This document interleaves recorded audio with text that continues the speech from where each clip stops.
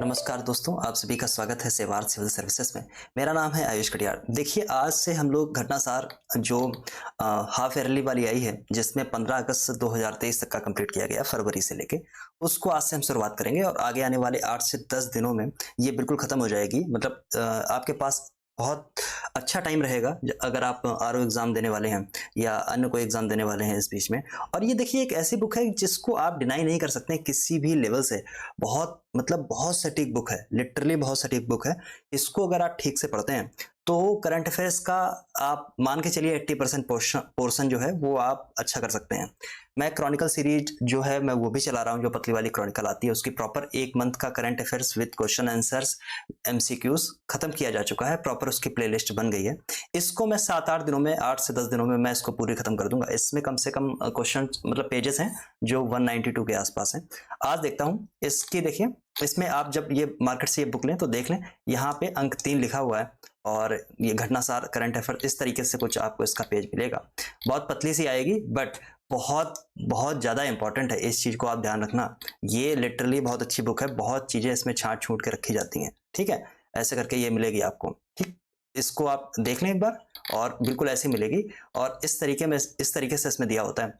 अद्यतन सार संग्रह है अर्धवार्षिकी। और इसको आप अगर देखें तो ये देखिए कब से है, तो फरवरी से लेके 15 अगस्त तक का करंट अफेयर्स है। और बहुत अच्छी तरीके से दिया जाता है इस बुक में।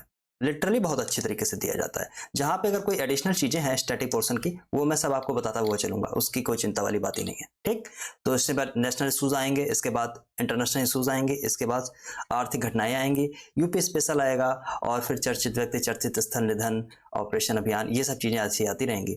फिर आएगा इसको बहुत मतलब मेरी समझ से आप पीडीएफ के चक्कर में मत पढ़ना। आप अगर बोलेंगे तो मैं ग्रुप पे डाल ही दूंगा, बट पीडीएफ के चक्कर में मत पढ़ना। ये बुक हार्ड कॉपी ही आपके पास होनी चाहिए। बिल्कुल ध्यान रखना इस चीज को। चलिए मैं आ जाता हूँ करंट अर्धवार्षिकी जो 2023 की फरवरी 2023 से लेके अगस्त तक। ठीक, अभी 15 दिन हुए हैं इसको आए हुए, 15 से 20 दिन। ठीक है, चलिए पहला देखिए, इसमें टॉपिक है राष्ट्रीय में ऐसे वन लाइनर जो है, इसको बहुत ध्यान से पढ़ लेना। जब आप वन लाइनर पूरी पढ़ जाएंगे तो जब आप थियरी पोर्शन में पहुंचेंगे तो आपको कुछ कुछ क्रिस्प चीजें आपको पता होंगी। और जब एक थियरी है बॉटम से अप जाने की, मतलब पहले एबीसीडी हमने सीखी, फिर वर्ड बनाना सीखे, फिर हम लोगों ने बनाना सीखे क्या, स्टेटमेंट बनाना सीखे।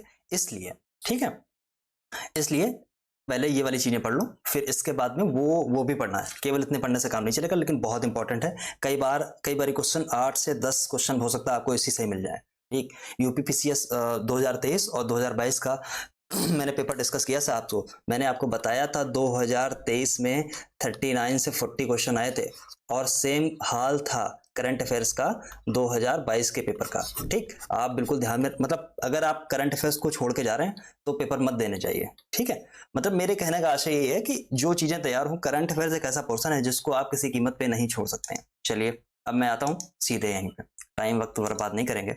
चलिए, लिखा है एशियाई हाथी विशेषज्ञ जिन्हें अगस्त 2023 में IPCC inter governmental panel for climate change का उपाध्यक्ष नियुक्त किया गया है। नाम क्या है? रमन सुकुमार। रमन सुकुमार। अब देखिए, ये आईपीसीसी कब बना? तो 1988 में बना।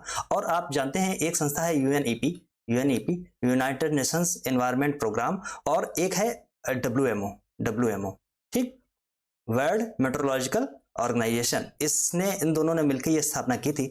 ये जो आती है आईपीसीसी, ये यूएन के अंडर आता है और अंतर सरकारी पैनल है। जितनी भी 195 के आसपास इसमें कंट्री हैं, जितने भी सब कंट्री को ये अपनी रिसर्च करके बताता रहता है कि कितनी मतलब ये जो ग्लोबल वार्मिंग है वो कितनी होनी चाहिए, उसको कहाँ तक लेके जाना है, ऐसी रिकमेंडेशन और रिपोर्ट्स ये देता रहता है। इतनी चीजें आप बिल्कुल याद रखना। ठीक, यूएन की एक संस्था है, ये इंपॉर्टेंट है ये पॉइंट। चलिए हो गया।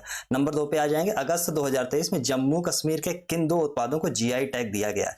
देखिए, जीआई टैग क्या होते हैं? जीआई टैग क्या होते हैं? तो जीआई एक्ट आया था 1999 में। और ये कौन देता है? तो उद्योग संवर्धन एवं आंतरिक व्यापार विभाग है, जो आता है वाणिज्य एवं उद्योग मंत्रालय के अंदर, वो देता है। पहला जीआई टैग किसने कब दिया गया था? तो जीआई टैग पहला दिया गया था 2004-5 में दार्जिलिंग चाय को। और जीआई टैग दिया किसको जाता है? तो जीआई टैग उनको दिया जाता है जो किसी रीजन में, जियोग्राफिकल किसी रीजन में उसकी विशेषता होती है। दरअसल जो नेचर से जुड़ी हुई चीजें हैं, या फिर जो नेचर से जुड़ी हुई चीजों के बाद में कोई अगर चीज बनाई गई है उनसे, वहाँ की मतलब वहाँ की विशेषता होती है। ठीक, जैसे आप कई बार पढ़ते हैं बासमती चावल या बहुत सी चीजें हैं।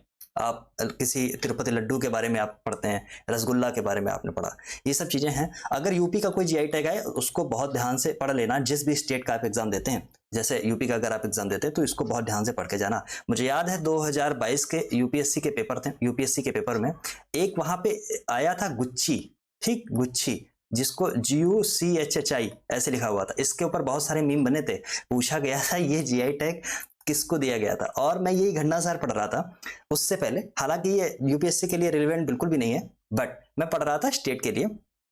और यहाँ पे मैंने देखा कि चलो एक बार मैं लिस्टिंग चेक कर लेता हूँ। मेरी आदत है जब मैं कोई भी करंट अफेयर्स पढ़ता हूँ तो गूगल पे जाके एक बार लिस्टिंग चेक करता हूँ। जब वहां पे मैंने ये गुच्ची जो थी उसको ऐसे ऊपर आके ऐसे ऐसे लिख लिया था यहाँ पे। और सही सच माने में आप पूछें तो ये कोई बहुत इंपॉर्टेंट क्वेश्चन नहीं था, बट अतरंगी सवाल पूछने की आदत होती है यूपीएससी की। ये क्वेश्चन मेरा ठीक हुआ था, ये क्वेश्चन मेरा ठीक हुआ था। ठीक है, इसलिए मैं कह रहा हूँ थोड़ी रिसर्च करते रहिए, बहुत ज्यादा अंदर जाने की जरूरत नहीं है। चलिए अगले टॉपिक पर मैं आता हूँ। भारत और यूएई की नौ सेनाओं के बीच अगस्त 2023 में किस नाम से नौसैनिक अभ्यास संपन्न हुआ? ठीक, किसके किसके बीच में हो रहा? तो भारत और यूएई के बीच में। सेनाएं कौन सी हैं? तो यूएई की सेना है, मतलब नौसेना है। ठीक, एयरफोर्स नहीं है और ये थल सेना नहीं है। ठीक, और कहाँ पे संपन्न हुआ, कहाँ पे संपन्न हुआ ये तो देखो लिखा ही नहीं है। तो देखिए ये पोर्ट सईद है, पोर्ट सईद यूएई में, यूएई की ज्योग्राफी आप जाके चेक करें क्या है ज्योग्राफी उसकी। ठीक है, उसको, और ये द्विपक्षीय मतलब युद्धाभ्यास होता है। इसमें भारत के देखिए दो पोत हैं, उन्होंने हिस्सा लिया। एक था विशाखापत्तनम और दूसरा था त्रिकंद। ठीक, ये इतनी चीजें आप याद रखें। 8 से 11 अगस्त के बीच में ये हुआ। चलिए आगे पे आते हैं। केरल विधानसभा में राज्य के नाम को बदलकर क्या मतलब क्या प्रस्ताव है इनका बदलने का? नाम नया, तो केरलम। क्या स्टेट को ये पावर है वो नाम बदल सकता है? क्या स्टेट को ये पावर है? तो बिल्कुल भी ये पावर नहीं है, ये केवल प्रस्ताव है। किसी भी नाम में चेंज करना होगा, किसी स्टेट की नाम में चेंज करना होगा, उसकी सीमा चेंज करनी होगी, या फिर दो राज्यों को जोड़ के एक नया राज्य बनाना होगा, या एक राज्य को तोड़ के दो राज्य बनाने होंगे, या 4 राज्यों को तोड़ के कोई भी चीजें करनी होंगी। ये सुप्रीम पावर केवल किसके पास में है? तो संसद के पास में है, संसद के पास में है। केवल रिकमेंडेशन दे सकता है कौन? स्टेट से रिकमेंडेशन लेनी राष्ट्रपति को या संसद को लेनी अनिवार्य होती है, लेकिन उसे मानना संसद को अनिवार्य नहीं है। ठीक, इसको, और ये ऐसे परिवर्तन किससे किए जाते हैं? अगर भारत संघ के अंदर कोई परिवर्तन हो रहे हैं तो आर्टिकल नंबर 3 से किए जाएंगे। अगर भारत संघ से बाहर अगर कोई परिवर्तन हो रहा है, किसी अगर आउटसाइडर स्टेट को अगर इंडिया के अंदर लेके आया गया है तो वो आर्टिकल नंबर 2 से होते हैं। मैंने ये सब चीजें आपसे पहले भी पॉलिटी वाले लेक्चर में डिस्कस की है। पॉलिटी अगर आपको पढ़नी है M Laxmikanth plus NCERT plus old papers, तो मैंने एक प्रॉपर प्लेलिस्ट बना दी है, बहुत इत्मीनान से उसको देख लेना। सीरियसली मैं बता रहा हूँ, इतना बेहतर कहीं मिलेगा नहीं आपको। पॉलिटी वाले सेक्शन की मैं बात कर रहा हूँ। ठीक है, और क्या हुआ?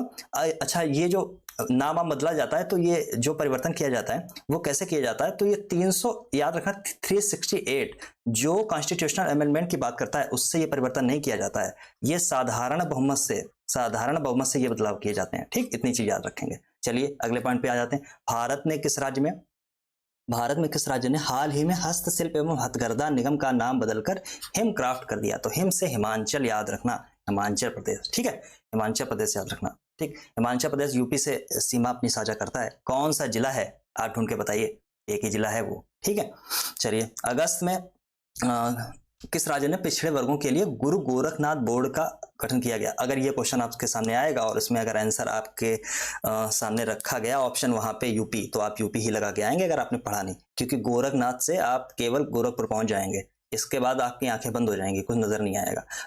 तो देखिए राजस्थान सरकार ने किया है गुरु गोरखनाथ बोर्ड का गठन। किस लिए किया गया? तो पिछड़े वर्गों के लिए। ठीक, अब उनकी सामाजिक स्थिति क्या है, उनकी आर्थिक स्थिति क्या है, उनमें क्या क्या समस्याएं हैं, क्या क्या बदलाव की आवश्यकता है, इन सब चीजों को जानने के लिए किया गया है। दरअसल बेसिकली इसमें 3 ही कम्युनिटी हैं, जैसे जोगी हो गई, एक जोगी हो गई, एक योगी हो गई, कम्युनिटी की मैं बात कर रहा हूं, और दूसरा नाथ जाति होती है। ठीक, इनमें क्या इसके सोशल इकोनॉमिक और अन्य जो समस्याएं हैं इन पे रिसर्च करने के लिए ये बोर्ड का गठन किया गया, इसको आप याद रखेंगे। ठीक है, चलिए अगले में आ जाइए। अगस्त 2023 में किस देश ने अपने पूर्व भारतीय छात्रों को 5 वर्ष के लिए शेंगेन वीजा देने की घोषणा की? किस देश ने की? तो याद रखें फ्रांस ने की। अच्छा, शेंगन वीजा क्या होता है? तो देखिए, शेंगन एक ऐसी व्यवस्था है, ऐसे कुछ कंट्रीज हैं यूरोप में ऐसे कुछ कंट्रीज हैं जो जैसे आप एक जगह का अगर वीजा अगर आप ले लेते हैं तो आपको वहां बार बार बॉर्डर से दूसरे देश में जाने के लिए आपको बार बार दूसरे देश का वीजा नहीं लेना पड़ता है। ठीक, तो सेकंड रीजंस वो होते हैं जिन्होंने 1985 में 19 अगर मैं ठीक से याद कर पा रहा हूं तो 1985 है, 1985 में एक समझौता किया था लग्जमबर्ग का जो एक शहर है शेगन, वहां पे ऐसा समझौता हुआ था। तो इसलिए इनको बार बार वीजा और इनके लिए मतलब जरूरत इनको नहीं पड़ती है। चलिए आगे आ जाइए। 9 से 11 अगस्त के बीच तीसरी G20 भ्रष्टाचार विरोधी कार्य समूह की बैठक कहां पर आयोजित की गई? तो कोलकाता में। इतनी चीज याद रखना है। G20 के बारे में अगर मैं अलग से बिल्कुल वीडियो बना दूंगा, वो न्यूज चैनल वाला वीडियो नहीं होगा जितनी भी एग्जाम से इंपॉर्टेंट चीजें होती हैं वो केवल मैं बना दूंगा उसमें। ठीक है, G20 से क्वेश्चन आना स्वाभाविक है, चंद्रयान से क्वेश्चन आना बहुत स्वाभाविक है, लेकिन जो चीजें बहुत बड़ी हो जाती हैं तो उनसे क्वेश्चन भी बहुत थोड़ा सा टिपिकल आता है। ओके, अब ये नहीं पूछेगा तुमसे कि दिल्ली में कहाँ हुआ, ठीक है, या कौन कौन नहीं आया। ओके, चलिए अगस्त में यूएन वुमेन देखिए यूएन की एक ऑर्गेनाइजेशन ही टाइप की है, ने केरल सरकार के साथ किस पहल के लिए समझौते पर हस्ताक्षर किया? तो है महिला अनुकूल पर्यटन पहल। याद रखना है इसको। ठीक है, भारत में गठित की जाने वाली पहली दक्षिण पश्चिमी इंटीग्रेटेड थिएटर कमांड का मुख्यालय कहाँ स्थापित किया जा रहा है? जयपुर में। आगे आ जाइए। गुणवत्तापूर्ण शिक्षा उपलब्ध कराने के लिए हाल ही में किस राज्य ने प्रोजेक्ट रेल शुरू किया गया?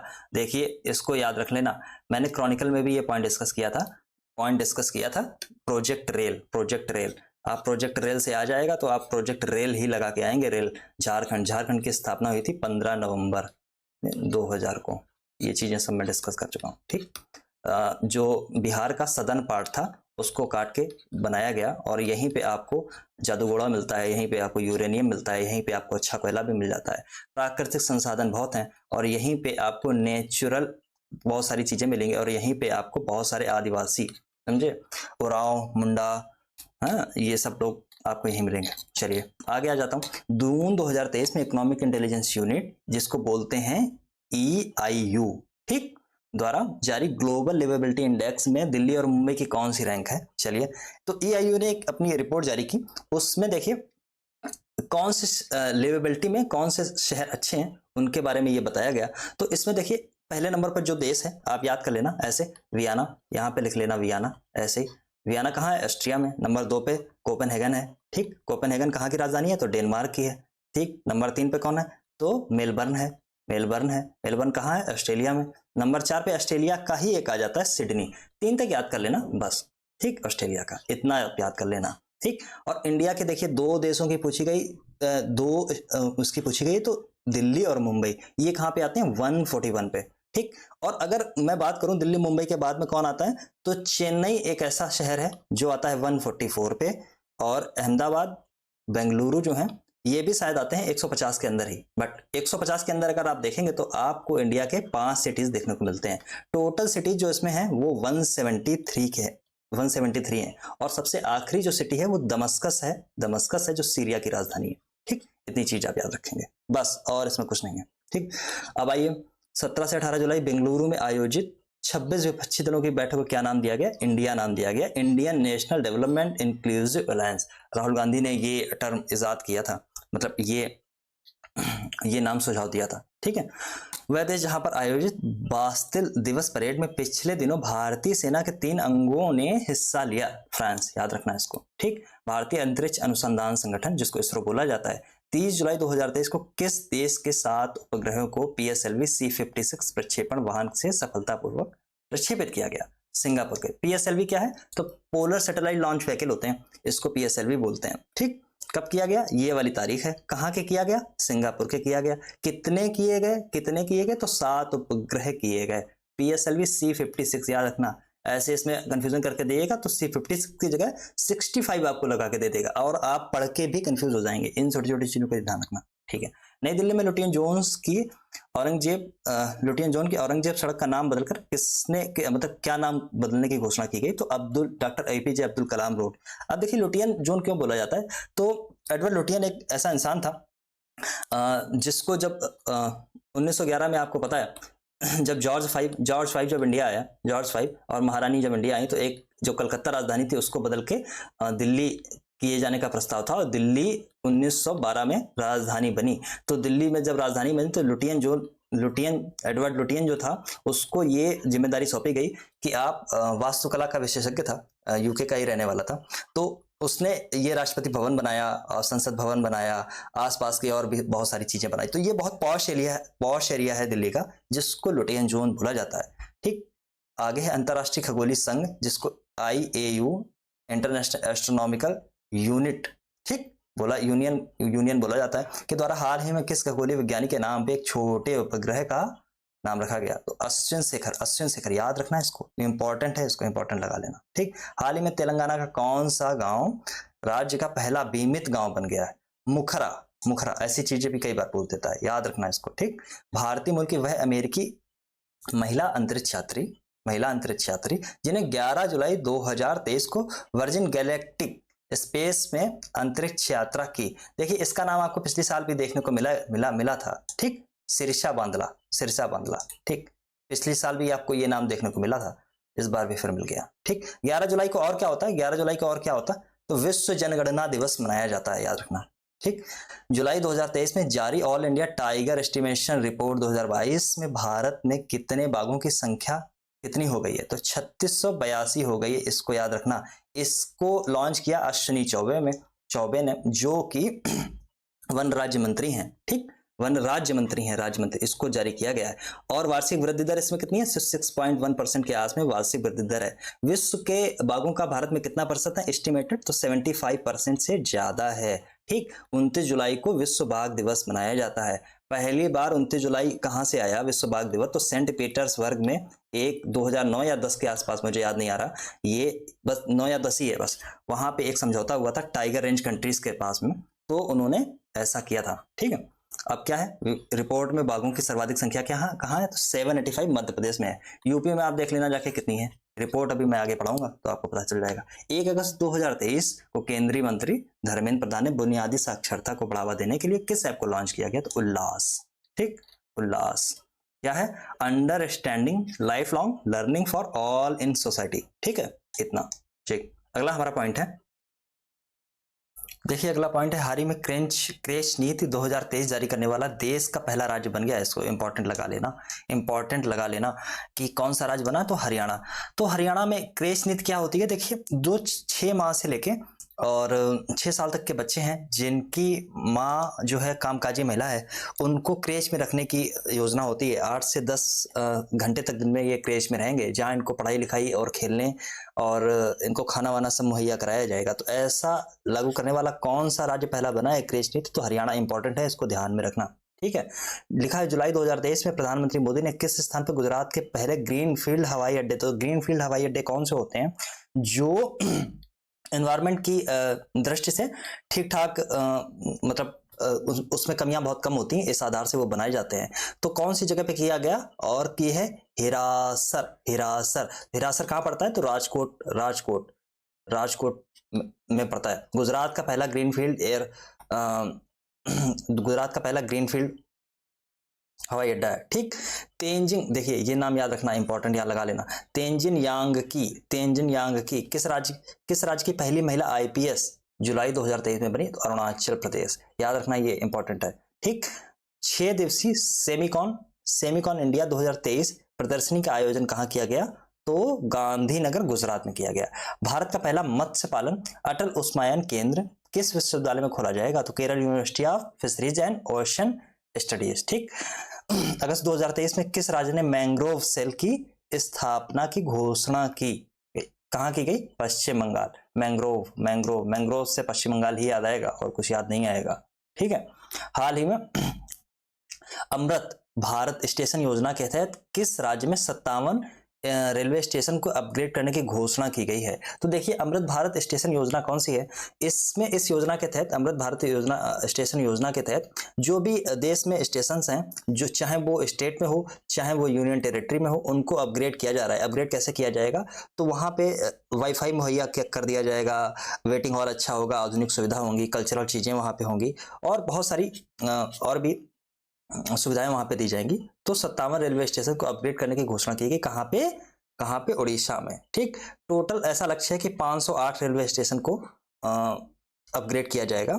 ठीक है, रेलवे स्टेशन का एक तरीके से पुनर्विकास किया जा रहा है। ठीक है, अगला पॉइंट है हमारा 25 जुलाई 2023 को खजुराहो में आयोजित हेली शिखर सम्मेलन हेलीकॉप्टर से संबंधित है का विषय था, की थीम थी रीचिंग द लास्ट माइल, और क्या है? Regional connectivity through the helicopters and small aircraft. ठीक, ये बहुत ऐसा कुछ है नहीं, बट एक बार देख लेना, बहुत कुछ खास नहीं है। आंध्र प्रदेश के कर्नूल में प्रधानमंत्री मोदी ने कितने फीट ऊंची राम की प्रतिमा का आधारशिला रखी? तो 108 फीट, 108 फीट। ओके, अगला देखिए है, हाल ही में राजस्थान के किस स्थान पर दुनिया का पहला हेरिटेज रिवर फ्रंट? देखिए, जहां पर दुनिया का पहला मिल जाए, भारत का पहला मिल जाए, तो उन चीजों को ध्यान रखना। ऐसी चीजों से बहुत बहुत प्रेम करता है यूपीपीसीएस और अन्य सभी एग्जाम। ठीक, हेरिटेज रिवर तो कौन सा है? कोटा में चंबल नदी के तट पर। चंबल नदी की जब मैंने बात की थी तो मैंने आपको बताया था ये यमुना की एक सहायक नदी है। ठीक, जहां पे जहां पे घड़ियाल पाए जाते हैं। ठीक, और ये इटावा में आके मिलती है। इटावा यूपी में एक जगह है जहां पे ये आके मिलती है यमुना से।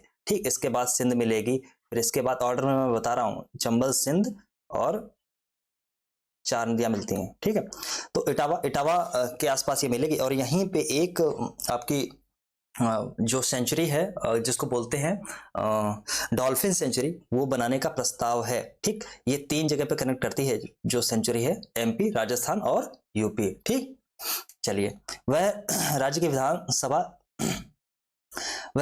विधानसभा ने राज्य में गिग श्रमिकों को सामाजिक सुरक्षा प्रदान करने के 2023 में एक विधेयक पारित किया जुलाई में। यह अपने तरीके का पहला विधेयक है, देश का पहला विधेयक है ये, याद रखना। गिग श्रमिकों के लिए, गिग श्रमिक कौन होते हैं? जैसे ओला चालक कोई है, उबर चालक कोई है, कोई ब्लिंकिट में काम करता है, या कोई अन्य ऐसी संस्थाओं में काम करता है जिन श्रमिकों को अभी भी कैटेगराइज नहीं किया गया, ऐसे श्रमिकों को बोला जाता है गिग श्रमिक। राजस्थान इस तरीके का पहला बिल लेके आया है जो सामाजिक सुरक्षा, इनको सोशल सिक्योरिटी प्रदान करने की कोशिश करेगा। ठीक, हाल ही में कांग्रेस, ये सब चीजें मैंने डिस्कस की थी पिछले वीडियोस में। हाल ही में कांग्रेस के वरिष्ठ नेता शशि थरूर जी हैं, उनको देखिए अंतर्राष्ट्रीय शैक्षणिक संस्थान ने डॉक्टरेट की मानद उपाधि से दी है। तो कौन सा है? Geneva school of diplomacy and international relation. ठीक, चलिए अगले पॉइंट पे आते हैं। भारत का वह शहर जो जुलाई 2023 में विश्व शहर culture forum, world city culture forum का सदस्य बनने वाला भारत का पहला शहर बना। इसमें भी देखिए इंपॉर्टेंट लगा लेना। ठीक, ऐसी भी चीजें स्टेटमेंट में सीधे सीधे आपसे पूछ लेता है। हाल ही में किस राज्य की कैबिनेट द्वारा मिशन शक्ति स्कूल योजना को मंजूरी दी गई है? ऐसे भी क्वेश्चन खूब आते हैं, याद रखना इसको। ठीक, मिशन शक्ति स्कूल योजना को मंजूरी दी कैबिनेट ने, कौन सी? तो ओडिशा सरकार ने।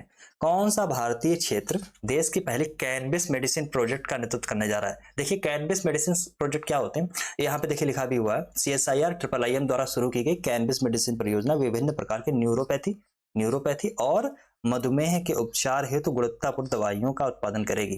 ठीक, न्यूरोपैथी और मधुमेह। ठीक, इतनी चीज हो गई। अगला देखिए, निर्माणाधीन इंडिया म्यांमार थाईलैंड राजमार्ग, इसको बहुत यहाँ पे लिख लेना, ये सवाल आ जाएगा, मैं मजाक में नहीं कह रहा हूँ, ध्यान रखना। निर्माणाधीन है इंडिया म्यांमार थाईलैंड राजमार्ग, जिसको IMT हाईवे भी कहा जाता है। कहाँ से प्रारंभ हो रहा है? को मोरेह मणिपुर से। ठीक, मोरेह मणिपुर से, इसके बाद ये म्यांमार जाएगा और इसके बाद ये थाईलैंड जाएगा। समझे? चलिए अगले पे आ जाइए। 24 से 26 जुलाई के बीच कहां पर G20 आपदा जोखिम यहाँ पे लिख लेना, न्यूनीकरण कार्य समूह की तीसरी और अंतिम बैठक का आयोजन किया गया? तो चेन्नई। कौन सी है? तीसरी है और अंतिम है, आपदा जोखिम न्यूनीकरण कार्य समूह की G20। ठीक, अगला है पॉइंट, जुलाई 2023 में नागरिक उड्डयन मंत्री ज्योतिरादित्य सिंधिया ने मध्य प्रदेश में कहां पर 3 पायलट प्रशिक्षण स्कूलों की इंडियन फ्लाइंग अकादमी, फ्लाई ओला एविएशन अकादमी और एक हेलीकॉप्टर FTO का शुभारंभ किया? तो यहीं पे देखिए आपको हुआ था हेली सम्मेलन, राइट, हेली सम्मेलन। चलिए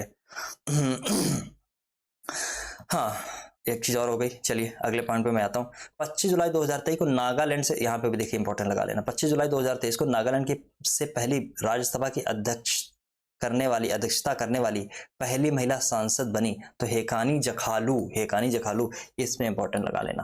ठीक, इंपॉर्टेंट लगाना है, हेकानी जखालू राज्यसभा की अध्यक्षता करने वाली कौन है? ये नागालैंड से राज्यसभा की अध्यक्षता करने वाली पहली महिला सांसद बनी। ठीक, भारत का देखिए ये एक पहल चालू की गई थी राज्यसभा के अंदर, महिलाओं को इसमें कुछ महिलाओं को अध्यक्षता करने की मौका दिया गया।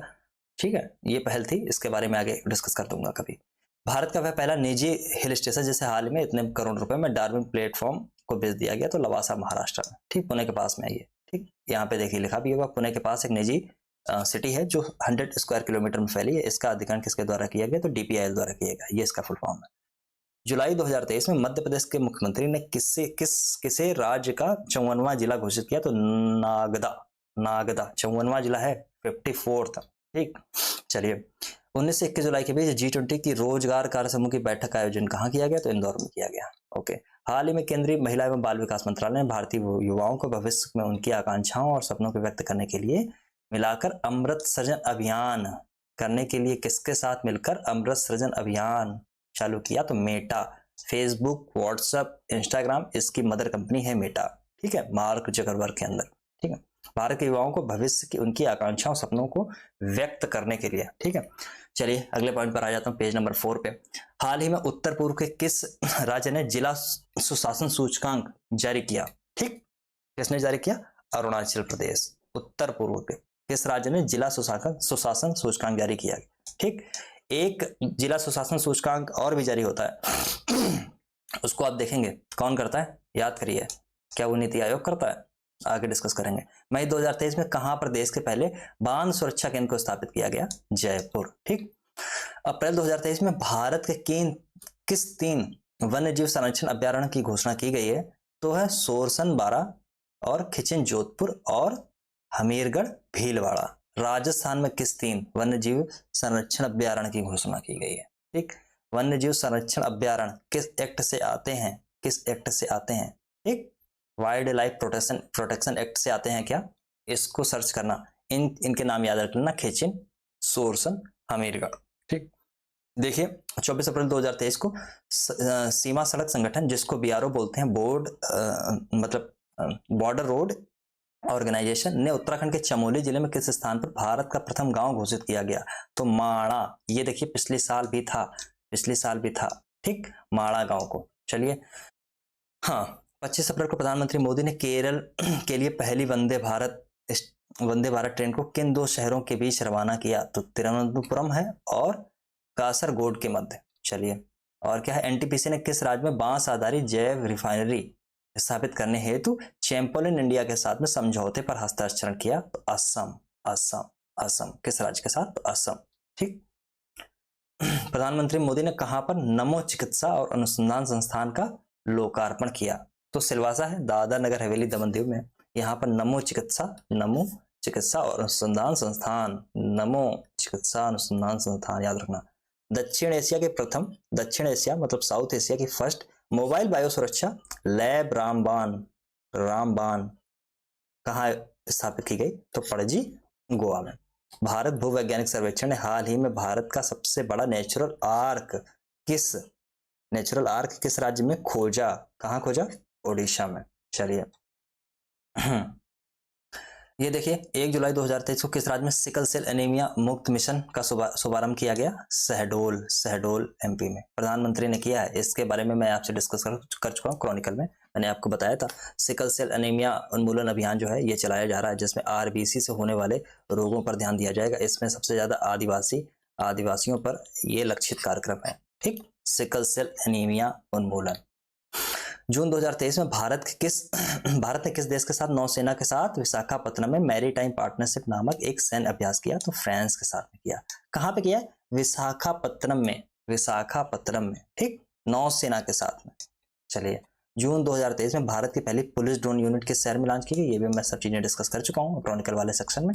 चेन्नई में। रिपीट हो रही है तो और आपको याद ही आ जाएगा। 28 जून को जारी वैश्विक शांति सूचकांक में भारत को कौन सी रैंक प्रदान की गई? 126। अब यहीं पे आप लिख लीजिए पिछले साल कौन सी रैंक थी? टॉप 1 2 3 ये चीजें मैं बता चुका हूँ। टॉप 1 2 3 में कौन कौन से, अंतिम लास्ट में कौन कौन से हैं, कुल कितने देश शामिल किए गए हैं। ठीक, ऐसे ऐसे आप लिख लेना, यहाँ पे छोटा चिन्ह से लिख लो, आराम होती है इससे बार बार। ठीक है, 23 जून को इंडिया की रैंक 126 है। ठीक, सुधार हुआ है इसमें। 30 जून 2000 को भारत के पहले स्वदेशी 700 मेगावाट परमाणु ऊर्जा इकाई KAPP3 वाणिज्य संचालन किस राज्य में शुरू किया गया? तो गुजरात में। ठीक, KAPP3 कितने मेगावाट की है? तो 700 मेगावाट की परमाणु ऊर्जा इकाई है। ओके, चलिए यहाँ पे आ जाता हूँ फिर से। जुलाई 2023 में भारत की अध्यक्षता में हुए 23वें संघाई सहयोग शिखर सम्मेलन के अतिथि देश के रूप में किस देश को आमंत्रित किया गया था? तो तुर्कमेनिस्तान को। ठीक, तुर्कमेनिस्तान। ठीक, तो तुर्कमेनिस्तान आ जाए तो इस रीजन को एटलस में जाके देखें। तुर्कमेनिस्तान, काजाकिस्तान और उज्बेकिस्तान, ताजिकिस्तान, इस रीजन को देखें। इस रीजन से क्वेश्चंस बनने लगे हैं। एक देखिए, तुर्कमेनिस्तान से मुझे एक चीज और याद आती, तापी पाइपलाइन पहले बनाई जा रही थी, अभी भी है, कोई लटकी पड़ी हुई है। तो ये तुर्कमेनिस्तान, अफगानिस्तान, पाकिस्तान और इंडिया, ये पाइपलाइन थी। यहाँ से ऑयल देशों में यहाँ से ट्रेवल कर सकता था। लेकिन आपको पता है अफगानिस्तान का सिनेरियो बदल गया, पाकिस्तान तो पागल हो गया है। ठीक है, देखिए इसको याद रखें, 23वें संघाई सहयोग शिखर सम्मेलन में अतिथि देश के रूप में। ठीक है, चलिए, किस राज्य ने 3.75 लाख वर्ग किलोमीटर में विश्व के सबसे बड़े रामायण मंदिर का निर्माण कार्य शुरू किया? बिहार। ऐसे क्वेश्चन भी पूछ सकता है। ओके, जुलाई 2023 में देखिए, जहां पे जैसी सरकार होती है, जैसी पॉलिसी होती है, वहां पे वैसे क्वेश्चन बनने की संभावना बढ़ जाती है। मैं हमेशा कहता हूं कि आयोग जो है मतलब साइकोलॉजिकल बहुत सी चीजें होती हैं, वो एग्जाम में आपको मदद करती हैं ऐसी जगह पे। मेरे कहने का आशय शायद आप समझ गए हो। ठीक है, चलिए, जुलाई 2023 में केंद्रीय मंत्री हैं नितिन गडकरी किस राज्य में 5600 करोड़ की लागत से 11 राष्ट्रीय राजमार्ग परियोजनाओं का उद्घाटन किया? तो राजस्थान में किया। सहकारिता से संचालित भारत के पहले सैनिक स्कूल की आधारशिला जुलाई 2023 में गृह मंत्री अमित शाह ने कहां पर रखी? तो मेहसाणा, गुजरात में रखी। देखिए, सहकारिता से संचालित मतलब क्या होगा कि ये कोऑपरेटिव सोसाइटीज द्वारा सैनिक स्कूल हैं। ऐसे 100 सैनिक स्कूल का निर्माण किया जाएगा। पहले देश का पहला ऐसा सैनिक स्कूल जो सहकारिता यानी कोऑपरेटिव सोसाइटीज द्वारा संचालित किया जाएगा, वो मेहसाणा गुजरात में स्थापित कर दिया गया। इतनी चीजें आप याद रखेंगे। ठीक है, सहकारिता मंत्री आपको पता ही है, अमित शाह जी हैं। ठीक, जुलाई 2023 में EPR extended producers responsibility credit card प्राप्त करने वाला देश का पहला शहरी निकाय बना इंदौर। क्लीनेस्ट सिटी में भी आप इंदौर ही पढ़ते रहते हैं।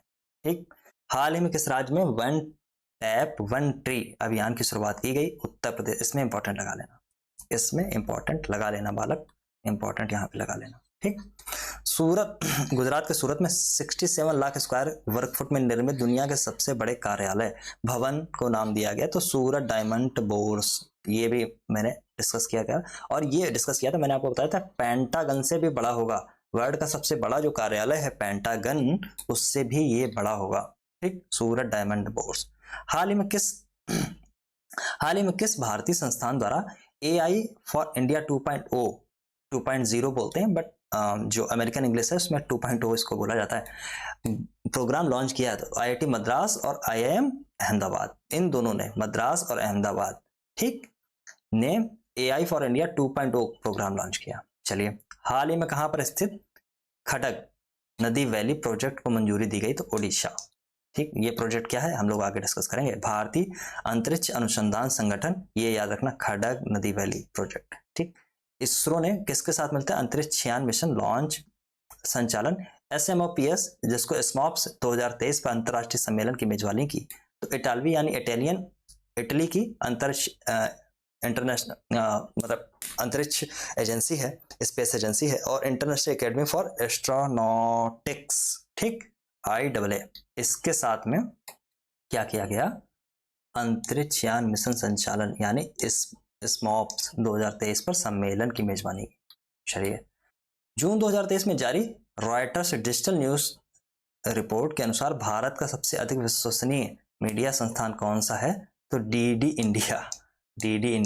रॉयटर्स बहुत बड़ी न्यूज एजेंसी है।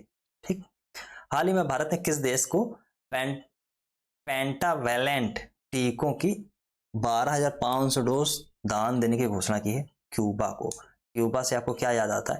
क्यूबा से आपको याद आता होगा क्यूबा मिसाइल जो संकट, जो USSR और USA के बीच में कोल्ड वॉर के टाइम पे घटित हुआ था यहाँ पे। और क्यूबा से आपको और क्या याद आता है? ठीक, तो दो नाम आपको याद आते होंगे जिनकी आप एक टी शर्ट पहनते रहते हैं और एक जो बड़ी बड़ी ऐसी ऐसी दाढ़ी रखते थे। चलिए, पेंटावेलेंट टीका बच्चे की 5 जानलेवा बीमारियों डिप्थीरिया, प्रोटोसिस, टेटनस और हेपेटाइटिस बी और हिप से सुरक्षा प्रदान करता है। चलिए अगले वाले पे, आज मैं यहीं तक रखता हूँ ना, 4 पेज आज हम लोगों ने खत्म किए। इसको आप 1.25 पे लगा के देख लेना, 1 से 2 बार 2 बार 3 बार देख लेना, आपको रट जाएगा। इसके बाद मैं थ्योरी डिस्कशन भी करूंगा, पूरी ये बुक खत्म कर दूंगा, इसके लिए परेशान मत होना आप, पूरी बुक मैं खत्म कर दूंगा। आप अगर इसको 2 से 3 बार देख लेंगे तो बहुत अच्छा रेट आपका होगा, स्ट्राइक रेट बहुत अच्छा होगा। ये ऐसी बुक है जो आपको 80% से ज़्यादा क्वेश्चन सही कराने में मदद कर देती है। यूपीपीसीएस हो, यूपीपीएससी का आरओ हो, या अन्य कोई भी एग्जाम हो, अदर स्टेट का बीपीएससी का कोई भी एग्जाम हो, या आरएएस का एग्जाम हो, एमपीपीएससी का कोई एग्जाम हो, यूपीएससी के लिए इरेलीवेंट है, मत पढ़ना बिल्कुल भी मुझे। लेकिन छोटे छोटे बैंकिंग का कोई एग्जाम हो, एसएससी में आता है, बहुत सी चीजें उनमें सब जगह, रेलवे सब जगह ये पूछा जाता है। बहुत इंपॉर्टेंट है, बहुत इंपॉर्टेंट है ये, इसको ध्यान में रखना। मैं जल्दी जल्दी से इसको खत्म कर दूंगा। तब तक के लिए अलविदा, अलविदा नहीं मतलब फिर से मिलूंगा। धन्यवाद, शुक्रिया, लगे रहिए, पढ़ते रहिए और चैनल को सब्सक्राइब कर लेना। इसको मैं प्रॉपर पूरी मैंने टेस्ट एक प्लेलिस्ट बना रखी है। क्रॉनिकल के लिए मैं मंथली प्लेलिस्ट अलग से बनाऊंगा, इसके लिए मैं अलग से प्लेलिस्ट बनाऊंगा, आपको ढूंढने में भी परेशानी नहीं होगी। अगर आप पॉलिटी पढ़ना चाहते हैं, जो कि मैंने पहले भी डिस्कस किया था आपसे, जिसमें एनसीईआरटी कवर होगी और लक्ष्मीकांत का 7th एडिशन जो है उसको कवर किया जाएगा। ओल्ड ईयर्स के पेपर, यूपीएससी के पेपर, आज मैंने एक वीडियो अपलोड किया था, उस पर मैंने यूपीएससी के पेपर्स जो क्वेश्चंस आए थे उनको मैंने डिस्कशन किया था। यूपी पीसीएस में भी जो आए गए उनको भी मैंने डिस्कस किया था। तो वो ऐसे ही चलती रहेगी और उस टेस्ट सीरीज में आप देखेंगे जाके बहुत शानदार टेस्ट सीरीज होने वाली है। वो मतलब वो प्लेलिस्ट बहुत शानदार बनेगी जाके आगे आने वाले समय में, मुझे लोग उसको देखेंगे ठीक से, मुझे इतना विश्वास है। चलिए बहुत बहुत धन्यवाद आपका, स्वस्थ रहिए, मस्त रहिए, खुश रहिए, धन्यवाद।